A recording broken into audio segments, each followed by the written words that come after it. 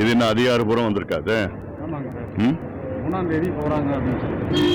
அதாவது அப்படி ஒன்று நடந்தால் இது தமிழ்நாட்டுக்கு மிகப்பெரிய ஒரு பாதகமாக இருக்கும்.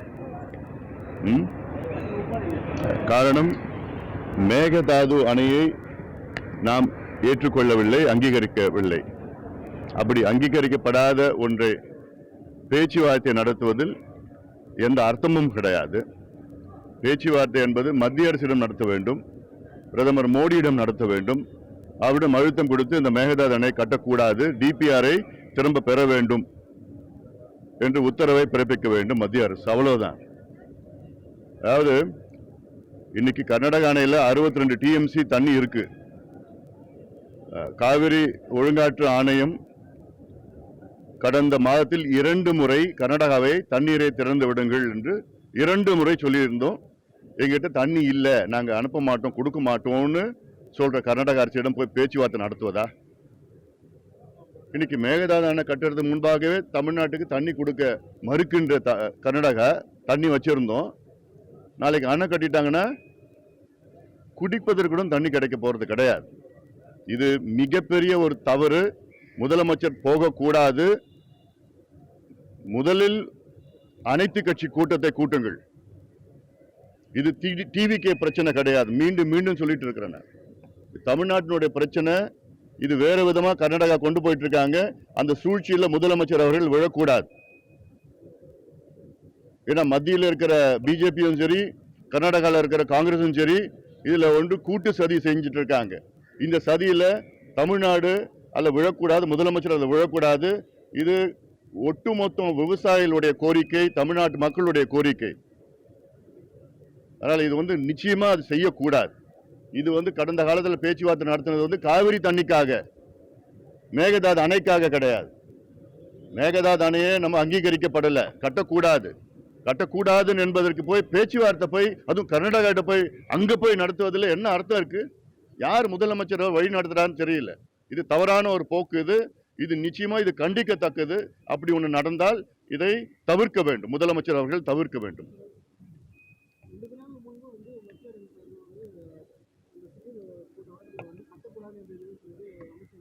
அதான் இப்போ மாநிலங்களவையில் என்னுடைய கேள்விக்கு மத்திய நீர்வளத்துறை இணை அமைச்சர் அவர்கள் பதில் அளித்திருக்கின்றார். அந்த பதிலில்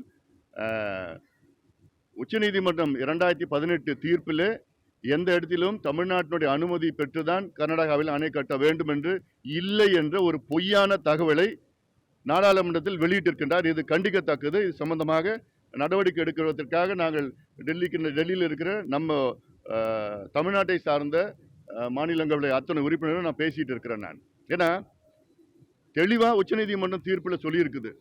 அந்த உச்சநீதிமன்ற தீர்ப்பில் என்ன இன்னொன்று சொல்லியிருக்குன்னா, 1892 ஒப்பந்தம், 1924 ஒப்பந்தம் அது ரத்தாகவில்லை. 1947 விடுதலை அடைந்த பிறகு அது தொடரும் என்று சொல்லியிருக்கிறாங்க. அந்த ஒப்பந்தத்தில் தெளிவா இருக்குது. மேல்மடை மாநிலத்தில் எங்க கட்டுமானம்னா கீழ்மடை மாநிலம், கடைமடை மாநிலத்தில் அனுமதி இல்லாமல் கட்ட முடியாதுன்னு இருக்கு. இந்த ஒப்பந்தம் உலக அளவில் ஒப்பந்தம். அது கிட்டத்தட்ட உலகத்தில் உள்ள அத்துணை பல நாடுகளுக்கு பாய்கின்ற ஆறுகள், இல்லாட்டி நம்ம இந்தியாவில் பல மாநிலங்களுக்குள்ள பாய்கின்ற ஆறுகளில் இதுதான் ஒப்பந்தம். இதுதான் தீர்வு.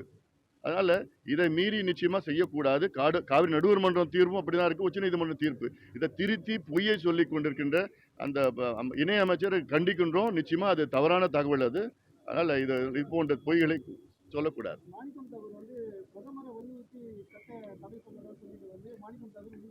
நிச்சயமா நாங்க தான் சொல்லிட்டு வரோம். எங்களுக்கு முதலமைச்சர், தமிழ்நாட்டின் முதலமைச்சரை எங்களெல்லாம் அழைச்சிட்டு போட்டோம் பிரதமர்கிட்ட.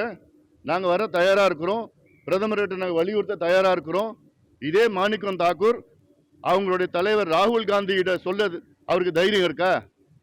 இதே ராகுல் காந்தி அவர்கள் அந்தமான் நிக்கோபார் தீவுல மத்திய அரசு கிரேட் நிக்கோபார் திட்டம் கட்டக்கூடாதுன்னு, ஏன் கட்டக்கூடாது, காடுகளை அழிக்கின்ற திட்டம்னு சொல்லி கட்டக்கூடாதுன்னு சொல்ல ராகுல் காந்தி அவர்கள் இங்க மேகதாது அணை கட்டினாங்கன்னா 12,500 ஏக்கர் காட்டை அழிச்சு 3 புலிகள் சரணாலயங்களை அழிச்சு கட்ட ஒரு சூழல் வரும்.